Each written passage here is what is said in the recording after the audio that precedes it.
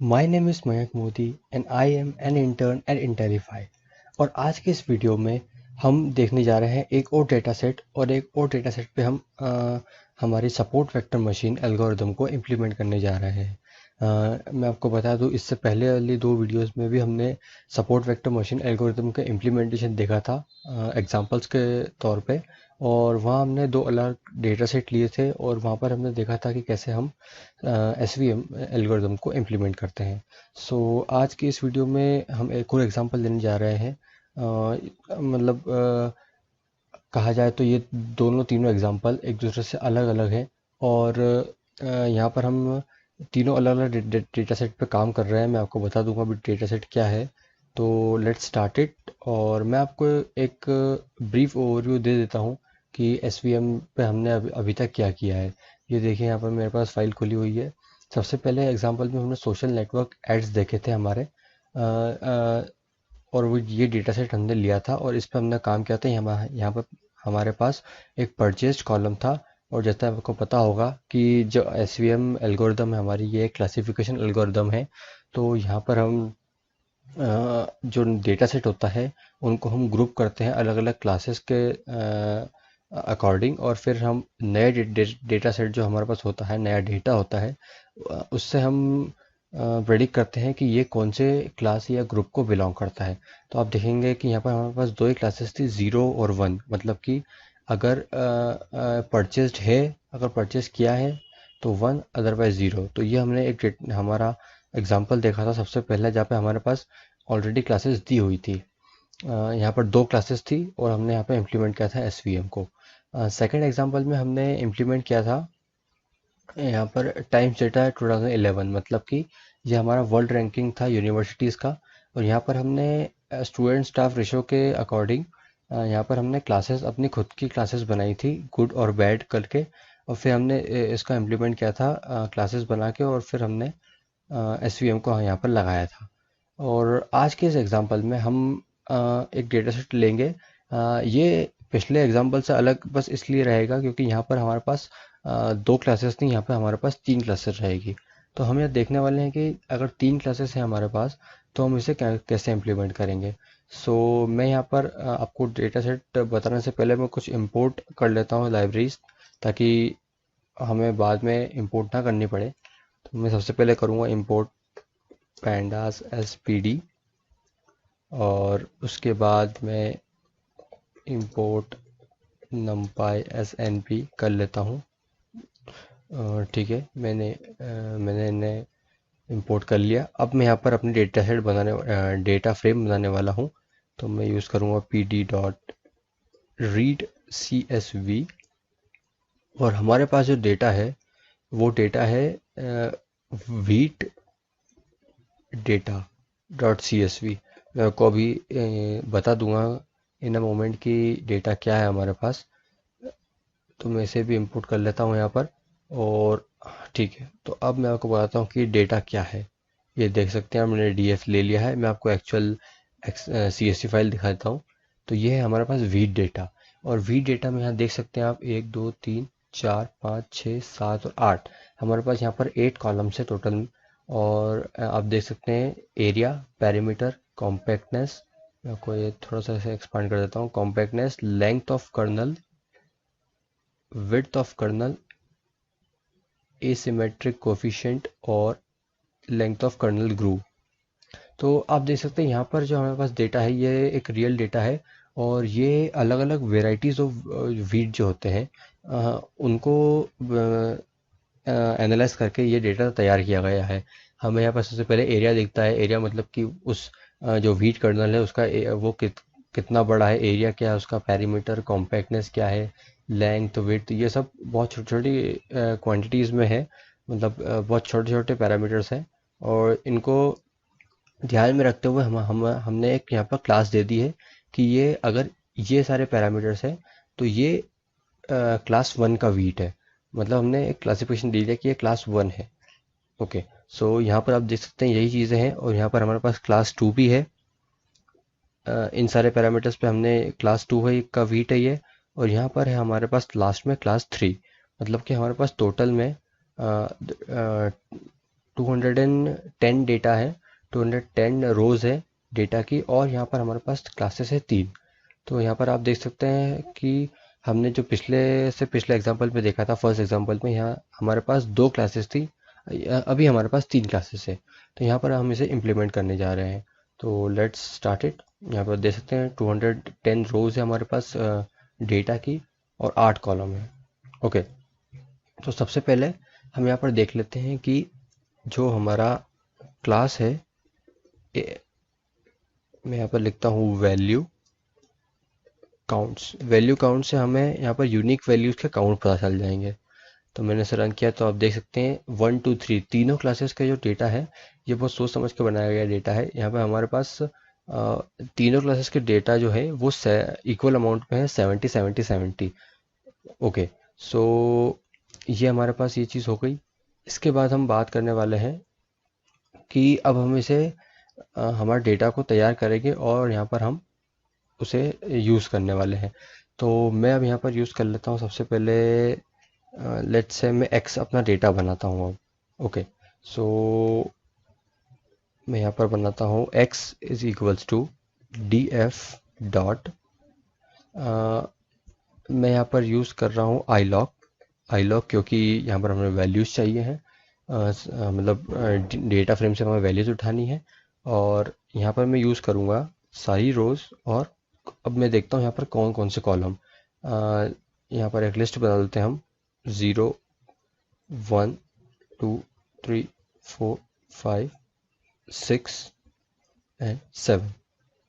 Okay, सो यहाँ पर मैं देखता हूँ ये 0th कॉलम है, क्योंकि डेटा फ्रेम में जो कॉलम की नंबरिंग वो 0 से स्टार्ट होती है, रोज़ की भी नंबरिंग 0 से स्टार्ट होती है। तो यहाँ पर आप देख सकते हैं 0 1 2 3 4 5 6, और जो हमारा 7th कॉलम है वो है क्लास। तो ये हमारा वेक्टर बनेगा, वाई वेक्टर। जैसे आपको पता होगा, अदर मशीन लर्निंग एल्गोरिथम्स भी आप बनाते हैं, तो वहाँ भी हमारे पास एक कॉलम हम रखते हैं जो कि हम वाई बनाते हैं, और जिसके हिसाब से हम प्रेडिक्शंस करते हैं। तो मैं यहाँ पर 6, मतलब कि 6 कॉलम मेरे पास रहेंगे, सॉरी 7 कॉलम रहेंगे, और एक्स में, और उसके हिसाब से, सॉरी यहाँ पर मैं डेटा फ्रेम नहीं बनानी, मुझे मुझे यहाँ पर अरेज के फॉर्म में चाहिए, तो इसलिए मैं डॉट वैल्यूज लिखूँगा यहाँ पर। और अब मैं यहाँ पर बनाता हूँ हमारा वाई वेक्टर में रहेगा डॉट आई लॉग, और यहाँ पर होगा मेरा 7th कॉलम, मतलब कि हमारा एक्चुअल जो क्लास कॉलम। ओके, तो इसे मैं कर देता हूँ रन। अब आप देख सकते हैं यहाँ पर x हमारा, ये देखिए x हमारे पास 1 2 3 4 5 6, यहाँ पर हमारे पास 6, ये एक वैल्यू यहाँ पर नहीं बता रहा है क्योंकि वो ज़्यादा बड़ा हो रहा था, लेकिन आप देख सकते हैं यहाँ पर हमारे पास 7 वैल्यूज़ हैं टोटल। और अब मैं इसे डिवाइड कर लेता हूँ सबसे पहले तो। ओके, सो मैं यूज़ करूँगा यहाँ पर फ्रॉम, हम यहाँ पर ट्रेन टेस्ट स्प्लिट यूज़ करेंगे, हम उसे ट्रेनिंग और टेस्टिंग डेटा में डिवाइड करने के लिए। ओके, तो यहाँ पर मैं यूज़ करूँगा sklearn डॉट मॉडल सिलेक्शन, और वहाँ से मैं इंपोर्ट करूँगा ट्रेन टेस्ट और स्प्लिट। ओके, ये मैंने इंपोर्ट कर लूँगा मैं, और अब मैं यहाँ पर हमारे डेटा को डिवाइड करना शुरू करता हूँ।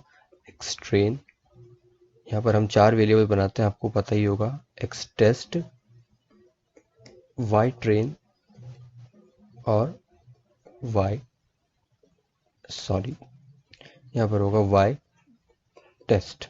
ओके, सो ये है, और यहाँ पर हम अपना फंक्शन लगाएंगे ट्रेन टेस्ट स्प्लिट, ये देखिए यहाँ पर हो चुका है। और अब मैं यहाँ पर अपना डेटा दे दूंगा x, यहाँ पर मैं देता हूँ y, और यहाँ पर टेस्ट साइज देना है। हमने पिछली 2 वीडियोस में टेस्ट साइज 0.25 दी थी, क्योंकि हमारे पास सफिशिएंट डेटा था, लेकिन हमारे पास यहाँ पर ज़्यादा डेटा नहीं है, सिर्फ 210 ही रो हैं। तो मैं यहाँ पर 0.25 की बजाय 0.2 यहाँ पर टेस्ट साइज दे देता हूँ, मतलब कि सिर्फ 20%, मतलब कि या देखें 210 रोज़ का 20% मतलब कि 42। तो 42 रोज़ ही मैं टेस्टिंग के लिए रखूँगा, बाकी सारे मैं ट्रेनिंग के लिए भेज दूंगा, जिससे हमारा मॉडल जो है वो थोड़ा सा एक्यूरेट हो। हालांकि आप देखेंगे ये बहुत ज़्यादा एक्यूरेट नहीं होगा, लेकिन ये सिर्फ आपको इम्प्लीमेंटेशन है बताने के लिए कि इसे कैसे इम्प्लीमेंट करना है 3 क्लासेस लिए, तो मैं इसीलिए ये बता रहा हूँ आपको। और यहाँ पर मैं देता हूँ random state equals to 0। Okay, so ये मेरा बाइफरकेशन भी हो गया है। तो यहाँ पर देख सकते हैं एक्स ट्रेन में आपको बताता हूँ। ओके, सो ये हमारे पास वैसा ही है यहाँ पर। और अब हमें एक काम जो हम करते आ रहे हैं क्लासिफिकेशन एल्गोरिदम्स में के 2-3 एग्जांपल्स है कि हम यहाँ पर स्केलिंग करते हैं। आप देख सकते हैं यहाँ पर 18, 13, 16, 11 थोड़ी बहुत अलग अलग वैल्यूज़ है। तो हम यहाँ पर स्टैंडर्ड स्केलिंग करेंगे जिससे कि ये सारी वैल्यूज़ जो हैं वो -1 और 1 के बीच में आ जाएगी। वैल्यूज़ के बीच में रिलेशन वही रहेगा, लेकिन यहाँ पर वैल्यूज़ स्केल होकर छोटी हो जाएगी जिससे हमारे मॉडल को ट्रेन होने में आसानी रहेगी। तो यहाँ पर हम क्या करेंगे, आपको पता होगा, मैं आपको करके बताता हूँ। From sklearn dot pre processing, क्योंकि ये डेटा प्री प्रोसेसिंग का पार्ट है इसलिए प्री प्रोसेसिंग से इंपोर्ट करेंगे यहाँ पर standard scaler. Okay, so standard scaler में इंपोर्ट कर लेता हूँ। ओके, तो अब यहाँ पर मैं ऑब्जेक्ट बनाऊंगा एज यूजुअल, जैसा कि हम हर लाइब्रेरीज में करते आ रहे हैं, स्टैंडर्ड स्केलर। और मैं यहाँ पे कोई आर्गुमेंट पास नहीं करूँगा। अब हमें यहाँ पर हमारे दोनों डेटा जो हैं एक्स ट्रेन और एक्स टेस्ट, इन दोनों का हमें चेंज करना है और इन्हें स्केल करना है। तो यहाँ पर मैं क्या करूँगा, X train is equals to S C, जो हमारा ऑब्जेक्ट है scaling object, dot fit transform. आपको पता होगा कि हम जो हमारा ट्रेनिंग डेटा है उसे हम फिट ट्रांसफॉर्म करते हैं, मतलब कि हम वहाँ पर चेंजेस भी करते हैं, मतलब कैलकुलेशन भी करते हैं, और एट द सेम टाइम हम उस कॉलम में चेंजेस भी करते जाते हैं। तो इसलिए हम यहाँ पर जो हमारा ट्रेनिंग डेटा है वो उसमें हम करेंगे फिट ट्रांसफॉर्म। और जो हमारा टेस्ट डेटा है उसमें हमें फिट करने की ज़रूरत नहीं, क्योंकि ऑलरेडी जो हमारा एस सी ऑब्जेक्ट है वो यहाँ पर एक्स ट्रेन में फिट हो चुका है। अब हमें सिर्फ यहाँ पर जो हमारा फिट हुआ ऑब्जेक्ट है उसे हमें यहाँ पर सिर्फ ट्रांसफॉर्म करना है उसकी मदद से हमारे टेस्ट डेटा को। तो हम यहाँ पर S C dot transform use करेंगे और यहाँ पर डाल देंगे एक्स टेस्ट। ओके, सो ये हमारा हो चुका है। मैं आपको बता देता हूँ अभी। यहाँ देखते हैं हम एक्स ट्रे, तो आप देखेंगे कि यहाँ पर हमारी सारी वैल्यूज़ जो है वो -1 और 1 के बीच में आ चुकी है। और यहाँ पर अब हम इम्प्लीमेंट करने वाले हैं हमारी एल्गोरिदम, जिसे हम इंपोर्ट कर लेते हैं लाइब्रेरी से। फ्रॉम sklearn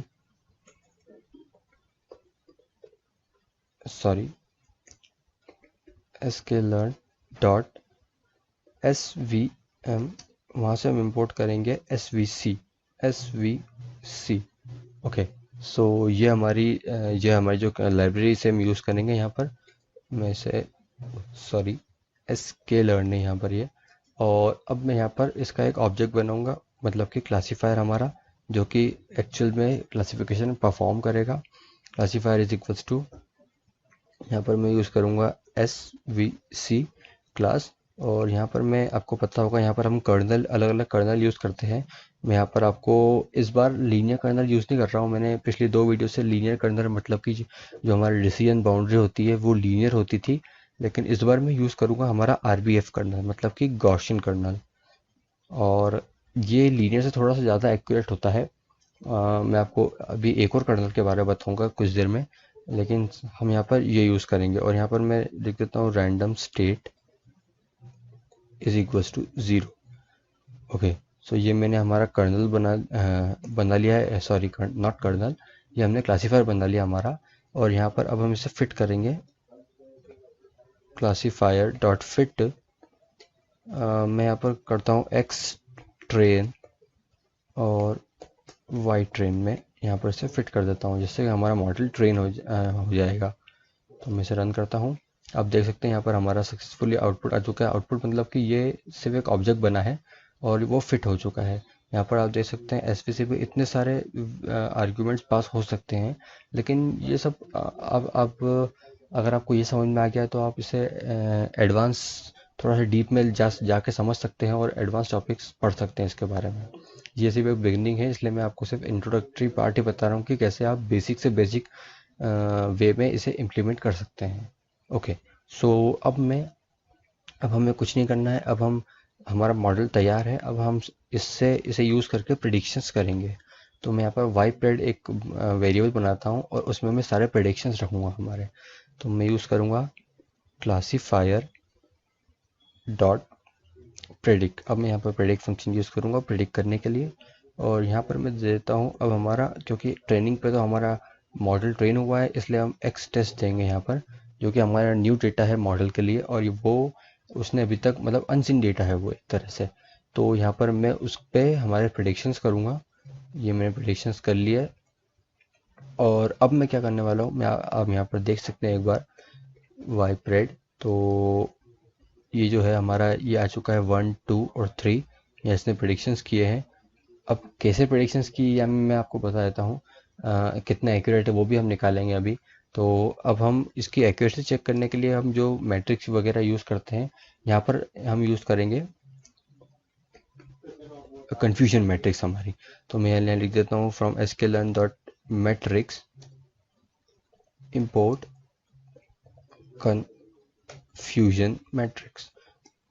हाँ, हम जैसे लॉजिस्टिक रिग्रेशन या किसी भी तरह के रिग्रेशन में, नॉट नॉट लॉजिस्टिक रिग्रेशन, मान लीजिए कंटिन्यूस डेटा पे हम अगर जैसे कोई एल्गोरिथम चला रहे हैं तो वहाँ पर हम मीन एब्सोल्यूट एरर वाली जो मैट्रिक्स होती है वो यूज़ करते हैं। लेकिन यहाँ हम करेंगे कन्फ्यूजन मैट्रिक्स यूज़। ओके, तो यहाँ पर मैं इसका एक ऑब्जेक्ट बनाऊंगा, कन्फ्यूजन मैट्रिक्स, कन्फ्यूजन मैट्रिक्स। और यहाँ पर मैं अब पास करने वाला हूँ जो जो हमारा एक्चुअल डेटा है, मतलब वाई टेस्ट जो हमारी एक्चुअल वैल्यूज़ हैं इन एक्स टेस्ट के अगेंस्ट। और यहाँ पर जो हमने प्रेडिक्ट करी है, क्योंकि हमें उनके बीच में ही कंपैरिजन करना है, तो इन दोनों को वैल्यूज़ को मैं दे देता हूँ। तो इसे मैं रन करता हूँ और अब हम देख लेते हैं हमारी मैट्रिक्स। ओके, सो ये जो हमारी मैट्रिक्स है ये बन चुकी है। अब यहाँ देख सकते हैं आप, मैंने पिछले कुछ एग्जाम्पल्स में भी जो बताया था आपको, ये जैसे पिछला एग्जाम्पल है, यहाँ पर हमारी 2 by 2 की मैट्रिक्स बनी थी, क्योंकि ये हमारे पास क्लासेस 2 थी यहाँ पर। अब ये जो है ये 3 by 3 की मैट्रिक्स बनी है, मतलब कि, और आपको ये भी पता होगा कि ये जो हमारी जो डायगोनल होती है यहाँ पर मैट्रिक्स की, ये हमारी एक्चुअल में करेक्ट प्रिडिक्शंस होते हैं। मतलब कि आप मान लीजिए कि ये जो रो 1 है, फर्स्ट रो है, ये क्लास 1 को रिप्रेजेंट कर रही है, रो 2 क्लास 2 को रिप्रेजेंट कर रही है, और क्लास 3 जो रो 3 है वो क्लास 3 को बता रही है। तो यहाँ पर हम देखेंगे कि जो 12 14 और 13 है हमारे, ये एक्चुअल हमारे करेक्ट प्रिडिक्शंस है।